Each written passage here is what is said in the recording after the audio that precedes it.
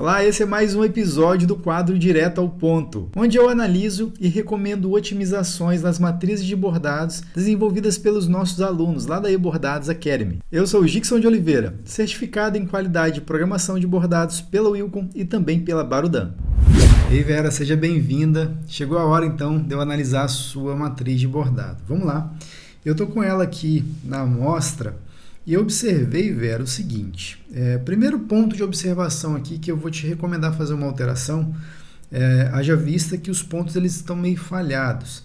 Eu dei uma olhada no arquivo que você me mandou antes de executar o bordado na máquina e observei que você trabalhou com uma densidade de 0,60 nesse tatame aqui das letras. Então, a primeira recomendação nesse caso aqui, para não ficar falhado como ficou, tá vendo?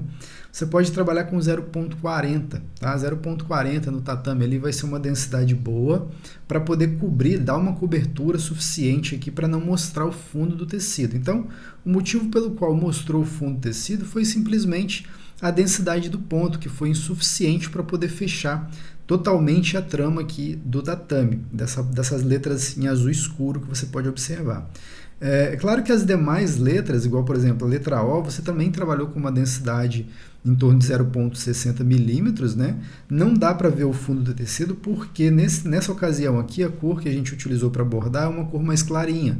Então disfarça um pouco mais. Mas é interessante também você alterar, porque caso você venha trocar o tecido, colocar um tecido mais escuro para bordar, ele também mostraria o fundo do tecido, tá? Então, trabalhar com uma densidade, nesse caso aqui, de 0,40, 0,45, seria mais apropriado para não mostrar o fundo do tecido, tá?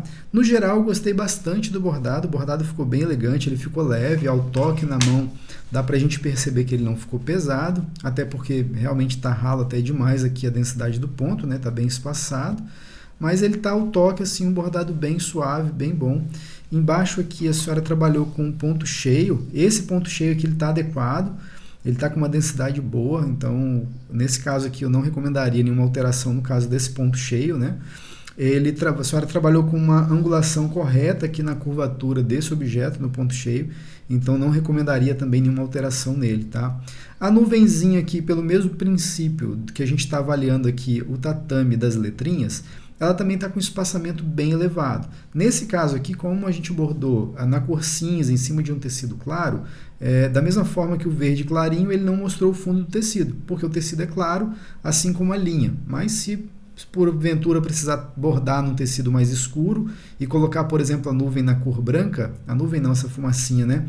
Vai acontecer de mostrar o fundo do tecido. Então, também vale a recomendação para aumentar um pouco mais a carga de ponto na densidade dessa fumaça aqui da chaminé, tá? Então, questão de densidade, o modo geral desse bordado, ela está bem ralinha, é importante aumentar o volume de pontos, tá? Aumentando a densidade do bordado, ou diminuindo o espaçamento entre os pontos.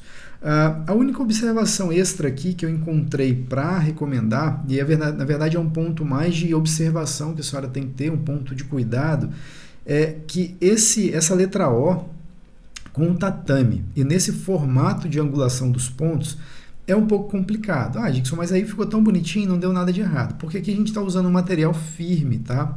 Então ele não deu problema. Mas se você borda, por exemplo, em malha, as chances de dar errado esse tipo de ponto, esse tipo de angulação, não é o tipo de ponto, tá? Não me confunda. Acabei me expressando mal. Mas para dar errado, pouco custa, né? Vamos dizer assim. Então, é interessante nesse caso aqui, em vez de trabalhar com essa angulação, arredondando, acompanhando o formato aqui da letrinha, trabalha com um ângulo reto, assim como a senhora fez com as demais letras. Tá? Então, pode usar a ferramenta enchimento complexo mesmo, só que em vez de trabalhar com a angulação do ponto, fazendo o contorno, seguindo o formato do objeto, faz ela retinha, assim como as demais letras que a senhora trabalhou aqui. Aqui eu acredito que a senhora trabalhou em torno de 35 a 45 graus, né? O tatame dessas demais letras, que está adequado, eu gosto muito dessa angulação. E aí eu faria o mesmo nessa letra O, colocaria também um ângulo único, aí em torno de 45 graus, para ele acompanhar a posição do ângulo das demais letras, tá? Então, ficou bacana, mas se fosse bordar num material mais maleável, numa malha, ou se a máquina não tiver com uma regulagem muito corretinha, ela vai repuxar muito o tecido nessa área, porque ele vai bordando e puxando o tecido para dentro por conta do formato da letra e também por conta de ser tatame. Quando é ponto cheio, esse formato da angulação do ponto não é a gente não entende como um problema não, mas no tatame tem que ter uma observação especial quanto a isso, tá? Deixa eu ver se tem mais alguma coisa para recomendar no caso desse desenho aqui.